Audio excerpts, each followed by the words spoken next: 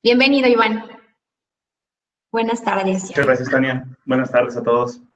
Voy a compartir mi presentación. Ahí les va. Ok, Listo, la creo que ya estamos pueden viendo. verla, ¿correcta? Correcto. Muy bien. Muchas gracias. Bueno, pues qué padres han estado las conferencias, las pláticas de los presentadores. Me ha tocado estar en varias de ellas. Muchas gracias a los organizadores. Personas que están especializadas desde el punto de vista académico, de investigación, otras personas que nos platican sobre la seguridad desde un punto de vista de la infraestructura y otras personas que nos platican sobre plataformas que ya nos ofrecen toda esta seguridad en sus plataformas que ya tienen ellos creados para que nosotros instalemos nuestro software y ya ellos están hasta certificados con tienen muchas certificaciones que requieren nuestros sistemas en ocasiones. Todo muy interesante. Mi plática está enfocada a quienes desarrollamos software. Mi nombre es Iván Uresti. Tengo 12 años desarrollando software. Desde hace 4 años colaboro con esta empresa que se llama Encora, antes Nearsoft. Pero me inicié en esto de seguridad gracias a mi primer trabajo. Nosotros en mi primer trabajo trabajamos, esta empresa se encarga de procesamiento de transacciones. Procesamiento de transacciones financieras y de tiempo aire. Entonces, para que me entiendan, nuestros clientes o los clientes de esa empresa tienen sus puntos de venta que adquirieron como quisieron o no por medio de esta empresa, pero cuando necesitan aceptar tarjetas, entonces le hablan a esta empresa para que los puedan apoyar con la integración con estos dispositivos que proveen la información de las tarjetas. Después se tiene que mandar las peticiones de las ventas hacia un sistema que, bueno, registra cierta información, hace validaciones y después las envía a autorizadores. Y como ven, en este tipo de sistemas, pues se maneja la información de las tarjetas de crédito, que es información muy sensible, desde que sale del PINPAD hasta que se manda a este software en estos servidores. La empresa se encargaba tanto de la comunicación con los PINPADs como de el procesamiento de las transacciones en esta aplicación intermedia, en este servidor. Y este tipo de aplicaciones necesitan seguir reglas para salvaguardar la información de las tarjetas durante la transmisión y también en el almacenamiento de ellas. Una organización que se encarga de certificar este tipo de software y decir que efectivamente es seguro utilizarlo, es esta que se llama PCI DSS, que significa Payment Card Industry Data Security Standards, que sin esta certificación, los autorizadores muchas veces no te van a aceptar, no van a querer trabajar contigo, entonces no vas a poder ofrecer ese servicio, o los clientes incluso buscan ya software que esté certificado para siquiera tener una relación de negocio con las empresas que desarrollan estos softwares.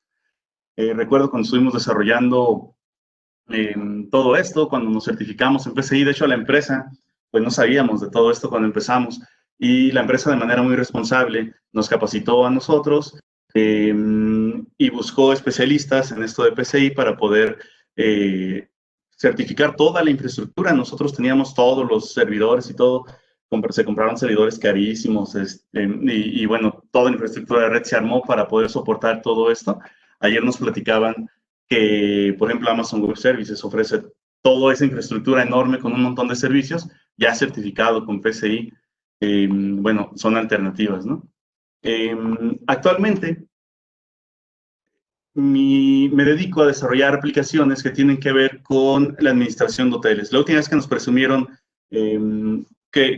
cuánto se usaba esta aplicación, eran alrededor de 10,000 hoteles alrededor del mundo los que utilizan nuestra aplicación. En esta ocasión ya no son plataforma monolítica, un sistema monolítico, sino que seguimos arquitecturas de microservicios y nos aprovechamos de estas herramientas en la nube que nos ofrecen ya las certificaciones.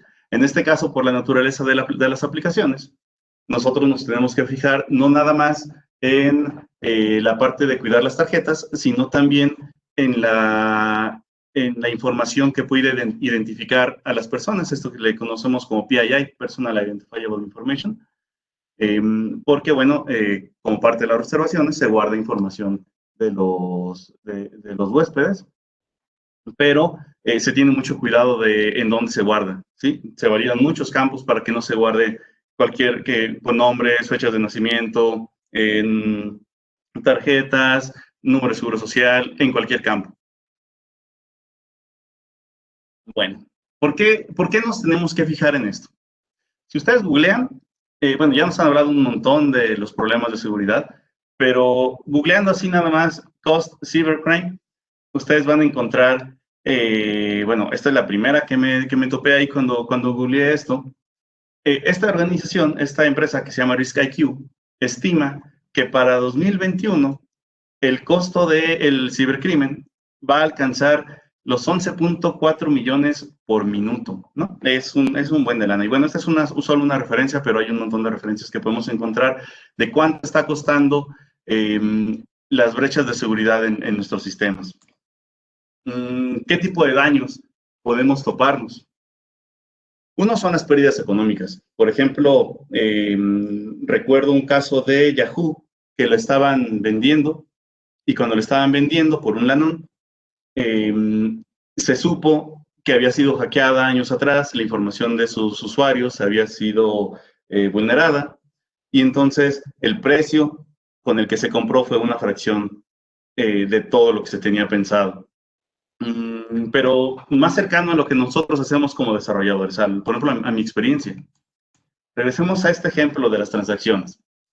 Además de procesar transacciones financieras, también procesábamos transacciones de tiempo aire.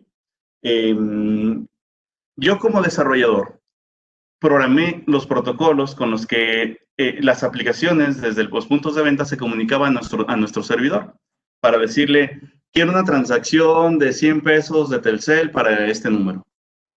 Entonces yo conozco los protocolos. Yo podría saber, en este momento no porque la empresa es segura, entonces no es que sea vulnerable, pero en un caso hipotético, yo conozco las direcciones a donde le mandábamos información, estas peticiones, al servidor. Y además tuve acceso, cuando trabajaba ahí, a los usuarios y passwords que identificaban a los clientes para mandar esas transacciones. Caso hipotético, la empresa es segura, entonces no es así, pero si no hubiéramos tenido todos estos cuidados de seguridad que tuvimos cuando la desarrollamos, cualquier programador hubiera podido acceder a ese tipo de información. Y ahorita, años después, cuando ya ni se acuerdan de mí, podría yo estar vendiendo transacciones, vendiendo tiempo aire, aquí a quien yo quiera, cobrándole 100, 200 pesos por sus ventas de tiempo aire, mandando peticiones desde un software que yo creé hacia estas plataformas, diciendo que son esos clientes que tiene ya esa empresa.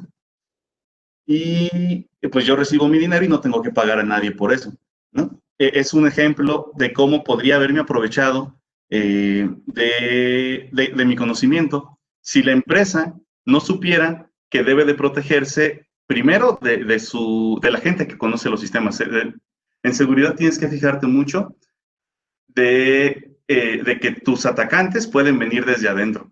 Entonces, bueno, ese es un ejemplo, ¿no? Y estaría yo haciéndoles perder dinero a los clientes, pero en el momento en el que se supiera que sus usuarios y passwords se están usando por alguien que se robó la información desde adentro, imagínense el daño de reputación que creeríamos a esa empresa, que es nuestro segundo daño.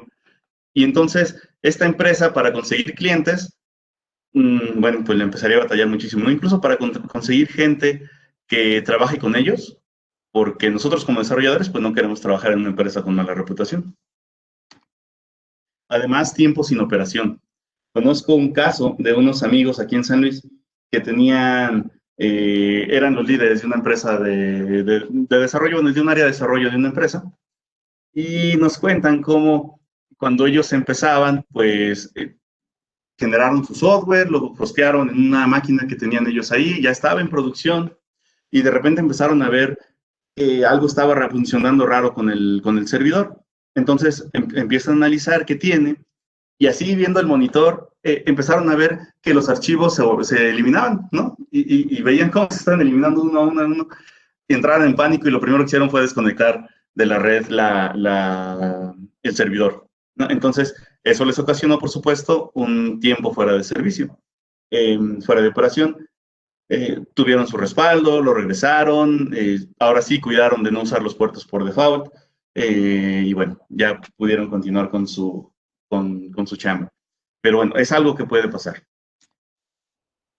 ¿Pero por qué? ¿Por qué somos tan vulnerables? ¿Qué estamos haciendo mal? Bueno, para empezar, nuestros equipos de desarrollo, nuestros programadores, muchas veces son ignorantes o somos ignorantes con respecto a las técnicas que debemos de seguir para crear un software seguro. No solo nuestros desarrolladores, sino también nuestros testers, que no se preocupan en lo más mínimo por validar si la información que se está generando o se está almacenando cumple con reglas de seguridad. ¿Por qué? Pues porque nunca existió siquiera una matriz de pruebas que pidiera que se validara eso. Eso va a que nuestros modelos de ciclo de desarrollo de software ignoran la seguridad. Hablamos de requerimientos sobre qué va a querer nuestro cliente, un diseño del sistema, el desarrollo del sistema, nuestras pruebas, nuestra puesta en marcha, y en ningún punto involucramos a la seguridad. Entonces, ya que estamos a un punto de desarrollar, queremos empezar a validar ahora sí que si nuestro sistema tiene vulnerabilidades. Otro problema es no se quiere asignar recursos o actividades a esto, perdón, recursos, dinero y tiempo a actividades de seguridad. Esto va desde el training, ¿sí? Por un lado, tal vez esta parte de seguridad sea ya un problema tan general que nos está afectando a todos, que tal vez nuestras instituciones educativas tendrían que formarnos un poquito más en esta parte de seguridad desde la escuela. Tal vez una idea.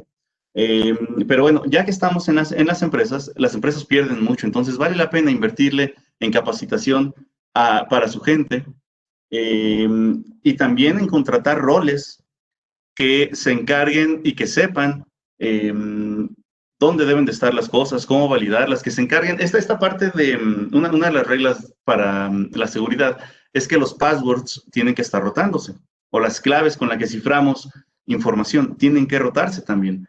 Entonces, eso no es real. No es como que el desarrollador que está creando una y otra otro feature sobre su programa, sobre el sistema, tenga tiempo para encargarse de rotar los passwords y entonces desencriptar la información que está en las bases de datos o en los archivos, encriptarlas con las nuevas llaves y volverlas a poner. Es una actividad que lleva tiempo y necesita gente especialista para eso, o bien gente con el tiempo para hacerlo. ¿Pero qué podemos hacer entonces? Bueno, para empezar, como desarrolladores, no tenemos que inventar el hilo negro. Hay un organismo, Open Web Application Security Project, tiene una página, esta, acá, que nos habla sobre el top 10 de los ataques más populares, que más han afectado a los sistemas. Top 10. Y está bien padre, déjense los muestro. Nos lista los 10 ataques, pero no solamente nos los lista y ya. Si entramos, nos explica cómo saber si nuestra aplicación es vulnerable, nos da ejemplos, nos dice cómo prevenirlos. Entonces, vale la pena que nosotros como desarrolladores nos echemos una clavada a esto y veamos de qué se trata, tenerlo en mente, al menos. Es parte de nuestra responsabilidad.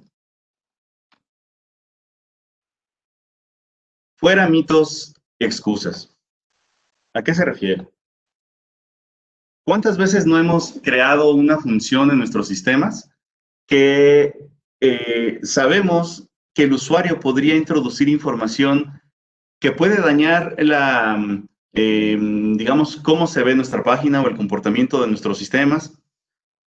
Pero decimos, para llegar ahí, tiene que estar autenticado. Y entonces, sentimos que estamos protegidos por eso. Un usuario autenticado no va a tratar de dañar al software, ¿no?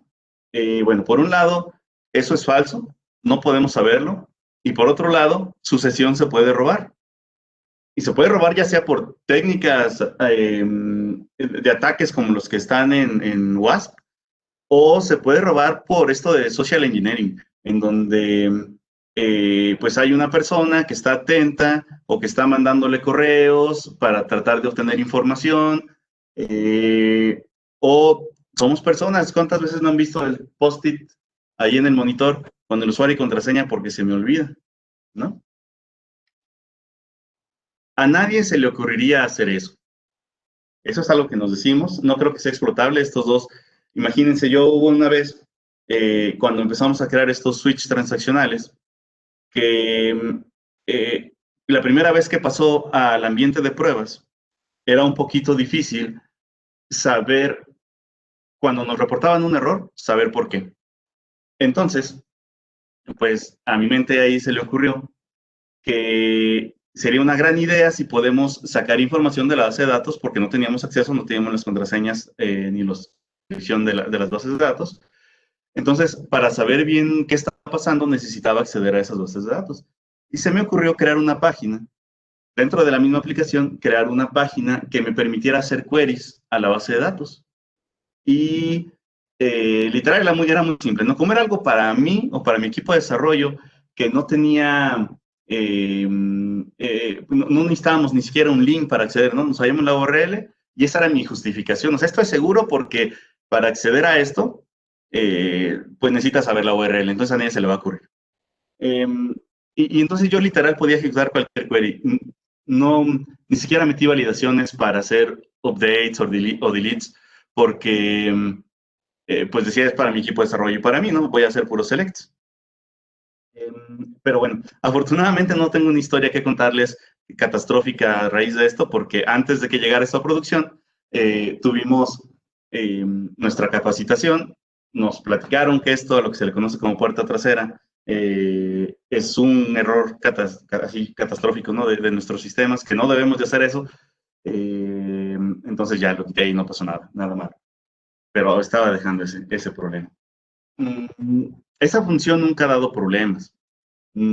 ¿Cuántas veces nos reporta? Bueno, podemos utilizar una herramienta que nos diga que tenemos una vulnerabilidad en una parte de nuestro sistema y el desarrollador a veces por proteger su bebé, ¿no? Que es su código, pues dice, no, o sea, eso nunca ha dado ningún problema, ¿no? Así no hay por qué cambiar, está funcionando bien.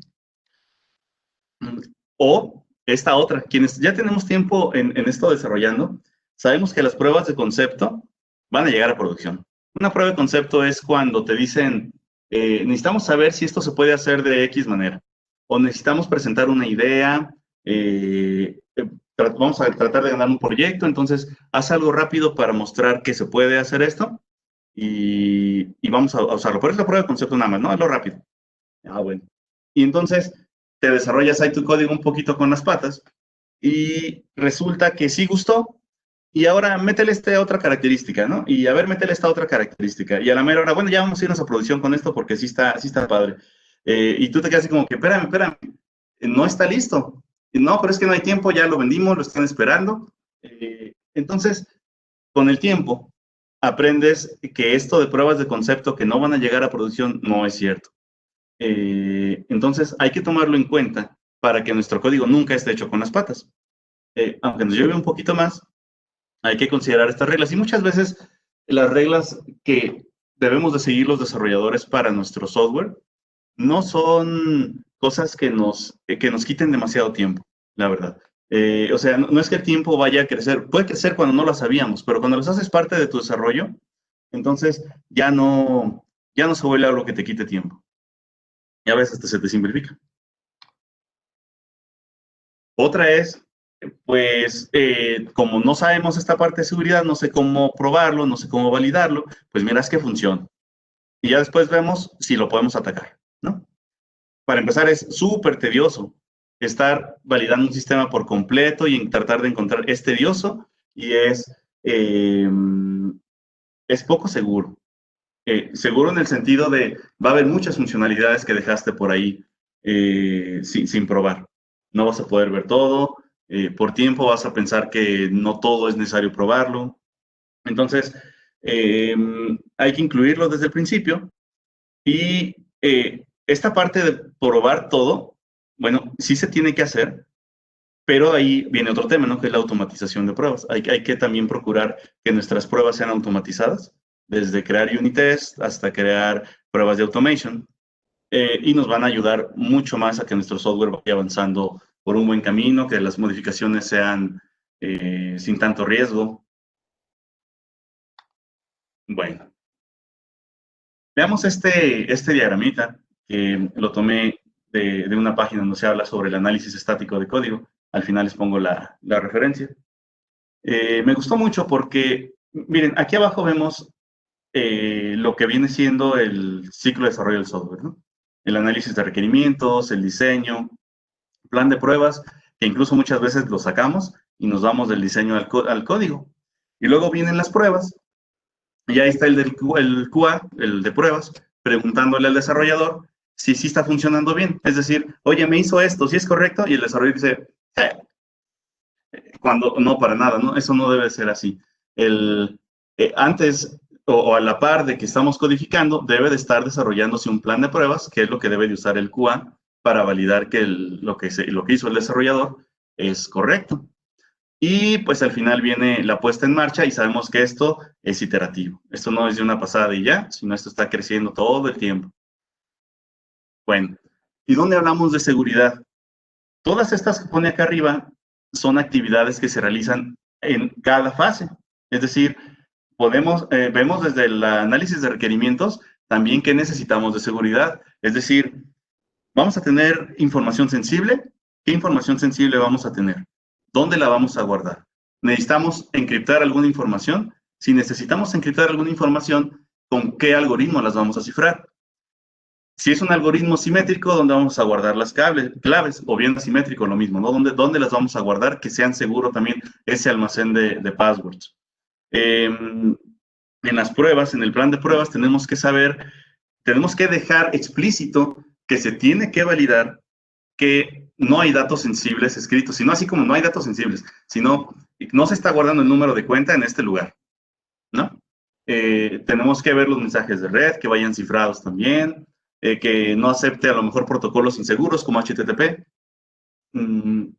Bueno, luego en las pruebas, pues, bueno, pero desde el desarrollo, nosotros como programadores tenemos esta herramienta que es el análisis estático, que es el análisis que se hace sin ejecutar nuestro programa. Este análisis estático se puede hacer manual y automático, igual que el análisis dinámico, que puede ser manual y automático. El análisis dinámico se refiere a que ejecutas el software y entonces con el software siendo ejecutado, validas, que es lo que hacen las personas de QA. O también herramientas que corren pruebas sobre el software corriendo. También están las pruebas de penetración, pruebas muy específicas con respecto a seguridad. Hay software que necesita ser certificado. Y durante la puesta en marcha, ya que nuestro sistema está corriendo, la parte de seguridad también tiene que estar involucrada. Por esto que les mencionaba, por ejemplo, de que los passwords o las llaves con las que ciframos nuestros datos tienen que estar rotando. Bueno, vamos a centrar, o voy a platicar un poquito más sobre esta parte del análisis estático y un poquito dinámico también. En la parte dinámica, bueno, les decía, teníamos manual o automático. En la parte manual podemos hablar de la prueba de penetración. Corres el sistema y hay personas que están intentando atacar el sistema y pues tiene mucho que ver su creatividad. ¿Cómo van a hacer para atacar? Hay técnicas, pero pues mucho es la persona, ¿no? Cómo se le ocurre, su experiencia. Y hay también herramientas.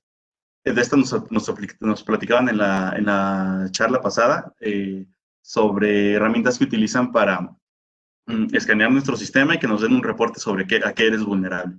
Yo como desarrollador, en lo que me centro más es en esta parte, el análisis estático. Por un lado está la revisión de código manual, que es algo que les recomiendo mucho. no se trata de que haya un jefe que esté revisando el código de su equipo y diciendo que está bien, que está mal. La revisión de código se hace de una persona por todos sus pares. O sea, todos los del equipo tenemos que darnos tiempo de estar revisando lo que hicieron todos los demás. Y no se trata de validar que lo hicieron bien o no. Esta parte de revisión de código nos ayuda a crecer a todos como desarrolladores. Es decir, yo creo una función que hace algo en 20 líneas y alguien más me dice, oye, ya tenemos una función para hacer eso, ¿no? Entonces el código queda más limpio. O ya existe una función de otra biblioteca, la incluyo y es hasta más seguro también. Bueno, entonces esta parte de revisión, aparte de lo de seguridad, se la recomiendo muchísimo para que ustedes aprendan todos de todos. No le dejen esta responsabilidad a una persona, háganlo en equipo y véanlo como algo, cuando alguien les dice, te recomiendo que corrijas una parte de tu software, mira, una parte de tu código que estás creando, véanlo siempre con buenos ojos, es decir, y ustedes también cuando corrijan a alguien más, que sea una crítica positiva. Entonces, eso nos ayuda a crecer a todos. Y luego la parte del análisis estático, automático. Hay herramientas, desde los IDEs, como IntelliJ, por ejemplo, yo uso mucho IntelliJ, antes usaba NetBeans, y te dicen, el IDE te está diciendo, te está gritando, oye, tu código tiene un warning aquí, tiene ahí sus warnings por todos lados, diciéndote, no al compilar, desde que está el código ahí escribiéndose, ya el IDE te está diciendo, corrige esto, corrige esto, corrige esto, y no solo te dice corrígelo, te dice por qué. Entonces, escuchar estas herramientas, por un lado nos va a ayudar a generar software más seguro, pero por otro, nos va a ayudar a ser mejores desarrolladores. Es decir, poco a poco, al ir aprendiendo estas reglas y al ir siguiéndolas, las vamos volviendo parte de nuestro desarrollo. Entonces hay que escucharlas. Por ejemplo, les hablo de esta herramienta que es con la que he estado trabajando últimamente. Este es un análisis, son archivos de la herramienta. Este es un análisis de un sistema que tiene 834,000 líneas de código. Es un sistema bastante grande, de las cuales 392,000 son de Java, 210,000 son de SQL y así, ¿no? Un montón. Y nos da este reporte. Nos dice, tienes 4,300 bugs y tienes 1,400 vulnerabilidades, estos security hotspots, code smells, que son cosas feas al programar, que es recomendable quitarlas. Te está diciendo cuánto código estás cubriendo con tus pruebas unitarias. Hay 19,000 unit tests y aún así solamente se está cubriendo el 67.9%. O sea, tienen esta cantidad de bloques repetidos de código en tu software, ¿no? Entonces te está dando unas métricas que tú puedes utilizar para mejorar tu software. Incluso puedes utilizar para evitar avanzar en el proyecto. Es decir, esta herramienta no solo te dice cómo está, te dice, bueno, sí cómo está, pero cómo está lo nuevo también. Es decir, estás añadiendo esta parte nueva y esta parte nueva introdujo 15 bugs, 20 smells, unas vulnerabilidades. Entonces, puedes tú poner métricas para que no permitas mezclar el nuevo código al viejo, al original, el que está en producción, si no sigue ciertas métricas. Es decir, por ejemplo, que no haya ninguna vulnerabilidad, que tengas que tener un 0 en lo nuevo. Entonces, ya metiste la herramienta cuando ya ibas avanzado con estos problemas, pero que lo nuevo no tenga estos problemas. Y bueno, regresando a estas tres, que son las que pueden interesarnos ahorita para la plática, los bugs se refieren a código que está mal, código que podría romper tu código. Es decir, por ejemplo, usas una variable que en un flujo y nunca le asignaste un valor, o el valor que le asignaste fue nulo. Entonces, estamos seguros que si pasa por ese flujo, va a generar una excepción, un problema en ejecución. Ese tipo de cosas te está avisando la herramienta. Otras son las vulnerabilidades, que son problemas que la herramienta sabe que pueden ser explotadas por los hackers. Los security hotspots son como un nivel poquito más abajo, que dice, son posibles vulnerabilidades. No estoy segura, la herramienta te dice, si es un problema o no, entonces requiere revisión manual. Por ejemplo, si aquí le dan clic en uno de estos valores, viene a esta gráfica, a este reporte, donde aquí arribita de estos viene el nombre del archivo en qué línea, y te dice cómo se llama la regla que estás rompiendo. Entonces también incluso te dice cuánto tiempo de esfuerzo requieres para corregirla, te dice en qué regla se basa, en qué referencias. Y si le das clic aquí en See Rule, en ver la regla, nos da una información muy detallada sobre qué estamos haciendo mal o código que no cumple con el estándar o con lo seguro y cómo debería de ser. Y te explica por qué. Aquí, por ejemplo, se estaban utilizando muchas líneas de estas y te dice que la debes de cambiar por un logger. O bien se está utilizando un método de autenticación que a veces no queda de otra, ¿no? Si te conectas a un sistema externo cuyo método de autenticación es un Basic Authentication, pues ni modo que le digas, cámbiate para yo poderme conectarte a ti. Pues a veces no queda de otra. Pero hay maneras también de que esto no sea tan inseguro. En este caso de SonarQube, nos dicen, por ejemplo, que sigue las reglas de WASP, ¿no? Entonces, esto es muy importante para nosotros. Las otras herramientas de análisis estático que tiene incluida CELIDE no tienen esto. Sí te ayudan mucho, sí te salvan de muchos problemas si las sigues, pero no están checando todo este tipo de posibles errores relacionados específicamente a la seguridad. Muy bien. Hablemos de las conclusiones. Para empezar, la seguridad es responsabilidad de todos. Ya lo vimos en todas las pláticas anteriores. Podemos tener un sistema súper seguro, certificado, pero ¿qué pasa si el de administración, el de infraestructura, usó un password y se le hizo fácil compartirlo con todos los de su equipo? Pues ya le bajamos la seguridad, ¿no? Entonces, la seguridad tiene que ser algo que veamos todos, desde quienes creamos el software hasta quienes lo usan. Me tocó ver, por ejemplo, software que yo sabía que utilizaba por detrás software certificado de PCI, pero su punto de venta pedía que guardaras el número de cuenta ahí, o sea, haces la transacción a través de estos pinpads, mandas la transacción al software que es seguro, el software de comunicación, todo es seguro, pero el punto de venta tiene un campo ahí en el que le pide al cajero que capture el número de tarjeta manual. Y eso está mal, ¿no? Vulnera todo lo que se hizo después. Los fallos de seguridad llevan a problemas muy costosos para las empresas y las personas. Bueno, eso ya lo vimos. Es necesario considerar la seguridad en cada fase del ciclo de desarrollo de software. El análisis estático automático es una herramienta increíblemente útil, no nada más para generar el software seguro, sino para nosotros como desarrolladores, úsenlas, porque en serio, sus prácticas van mejorando poco a poco y pues van a poder vender también un software de mayor calidad. Consideremos la seguridad, aunque estemos desarrollando pruebas de concepto, ¿sí? No dejemos esta seguridad solamente cuando digamos, bueno, este es el producto final. No, vamos a cualquier software que hagamos, vamos a estar pensando en estas técnicas. Y les digo, cuando ustedes conocen las técnicas, si ustedes están familiarizados, por ejemplo, con los 10 ataques que presenta WASP,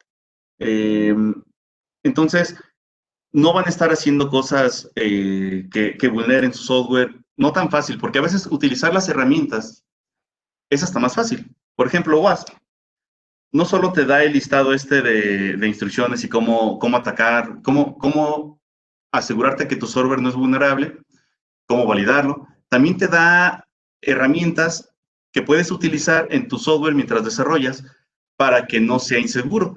Por ejemplo, si necesitas crear una página HTML con código, te da unas bibliotecas que te codifican ese texto que tú estás escribiendo en la página para que no puedan inyectar código ni por medio de HTML ni por JavaScript. En fin. Cualquier vulnerabilidad debe ser atendida.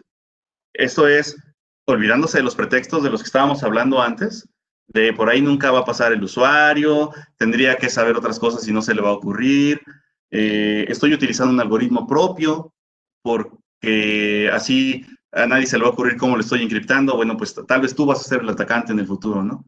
Entonces, tienes que protegerte de las amenazas externas, pero también de lo interno de la empresa. Adicional, unas leyes de ciberseguridad que escuché hace poquito en otra plática, me gustaron mucho. Dice ley número 1, si hay una vulnerabilidad, va a ser explotada. ¿Vamos? Todo es vulnerable de algún modo. Entonces, nosotros podemos seguir todas las reglas que conozcamos para hacer nuestro software seguro, pero está este factor humano al final de todo esto, que es lo que vuelve siempre inseguro lo que hacemos, ¿no? ¿Por qué? Porque el humano confía, aunque no debería. ¿Qué pasa, por ejemplo, si ahorita les mando una liga y les digo, a ver, entren a la liga, por favor, les voy a pedir unos datos, vamos a hacer una prueba, bajen el documento que está ahí, ábranlo. Muchos de ustedes a lo mejor van a decir, bueno, pues vamos a confiar en este señor, ¿no? Y a lo mejor es un ataque, ¿no? Entonces, si ustedes no están protegidos en sus compus, a lo mejor ahí les podría meter un gol. ¿Cuántos correos no recibimos de phishing, de esos correos que son como ficticios, de personas que nos quieren hacer entrar a formularios que parecen de un banco, nos hacen llenar datos y después no pasó nada? ¿Qué pasó? ¿Quién sabe? No pasó nada, ¿no? Pero alguien ya se quedó allá con nuestros datos. O nos hablan, ¿no les ha pasado que les hablan por teléfono y les dicen, su tarjeta fue usada por no sé quién, necesitamos validar que necesitamos bloquear su tarjeta, para bloquear su tarjeta necesitamos sus datos, y a veces confías, ¿no? Ya estás dando la información y después te llegan los cargos reales que eran por esta extorsión. Con la innovación viene la oportunidad para más explotación de estos problemas, ¿no? Por ejemplo, están estas barredoras automáticas, ¿no? que están muy padres para las casas y que tienen una camarita que van formando los mapas por dónde puede pasar en tu casa. Y pues hace poco publicaron que podían los hackers entrar a las cámaras, a esos dispositivos y abrir las cámaras y ver qué estaba pasando en tu casa. Ni siquiera desde tus redes de internet. O, por ejemplo, está este tema del cómputo cuántico, ¿no? Que dicen que va a ser mucho más, que es mucho más poderoso que lo que tenemos ahorita. Entonces, todas las llaves que tenemos ahorita de seguridad que tardan, no sé, 10 segundos en poder desencriptar un valor y que, bueno, tendrías que conocer la llave privada y tendrías que tener tiempo para estar desencriptando cada dato y a lo mejor la cambian en cada mensaje que se transmite. Entonces, no es factible ahorita tratar de atacar eso por fuerza bruta, al menos, tratando de descubrir la llave, porque te vas a tardar un chorro en descubrir la llave, años, y va a tardar un chorro en desencriptarte, entonces ya para la siguiente ya cambió. Pero con esto del cómputo cuántico, todas esas llaves de seguridad que ahorita tardan mucho, pues ya no van a tardar. Y cuando tengas duda de si debes de resolver una vulnerabilidad, porque pues tal vez no es tanto problema, ve la ley número 1. Toda vulnerabilidad va a ser explotada. Recuerden, como la ley de Murphy dice, todo lo que va a salir mal, todo lo que puede salir mal, va a salir mal. Bueno, muchas gracias. Agradecemos tu asistencia y participación en el segundo encuentro, Iván, representación, de Encora, antes NIRSO. Y si me permites, iniciamos con la sección de preguntas y respuestas. Invitamos también a nuestros asistentes a que nos compartan sus dudas o extiendan sus comentarios. Por aquí tenemos una pregunta de César Dávila. ¿Cómo solventar la discrepancia si por un lado los desarrolladores buscan mejor funcionalidad a costa de seguridad y los ingenieros de seguridad buscan mayor seguridad a costa de funcionalidad? Bueno, aquí los desarrolladores tenemos que tener la regla, si el de seguridad te dice que algo se tiene que corregir, se tiene que corregir, no hay de otra. O sea, no puedo ofrecer una funcionalidad que es insegura, eso no tiene sentido. Entonces, realmente quien digamos manda es esta persona que nos está diciendo tu software es inseguro y la regla es corrígelo, ¿no? Igual desde el DQA, ¿no? A veces los desarrolladores nos ponemos en plan de, te reportan un error y no, espérame, no es error, vamos a buscarle por dónde lo podemos corregir. Esa no es la cultura que debemos de seguir. Como equipo tenemos que buscar que nuestro software haga lo que tiene que hacer, que lo haga de manera segura, que lo haga bien, y algo importante, que haga solo lo que tiene que hacer. ¿Sí? Decían, un software fiable es el que hace lo que tiene que hacer, un software seguro es el que hace solo lo que tiene que hacer. Luego se nos antoja meterle más funcionalidad y eso también mete problemas, riesgos de seguridad. Gracias, Iván. Gracias, César, por la pregunta. Los invitamos a nuestros asistentes a seguir extendiendo sus dudas. Nos preguntan, ¿cómo identificas los fallos de seguridad en contra de la lógica del negocio que debe seguir un sistema, que debe seguir un sistema informático? ¿Cómo identificas los fallos de seguridad en contra de la lógica del negocio que debe seguir un sistema informático? En contra de la lógica del negocio.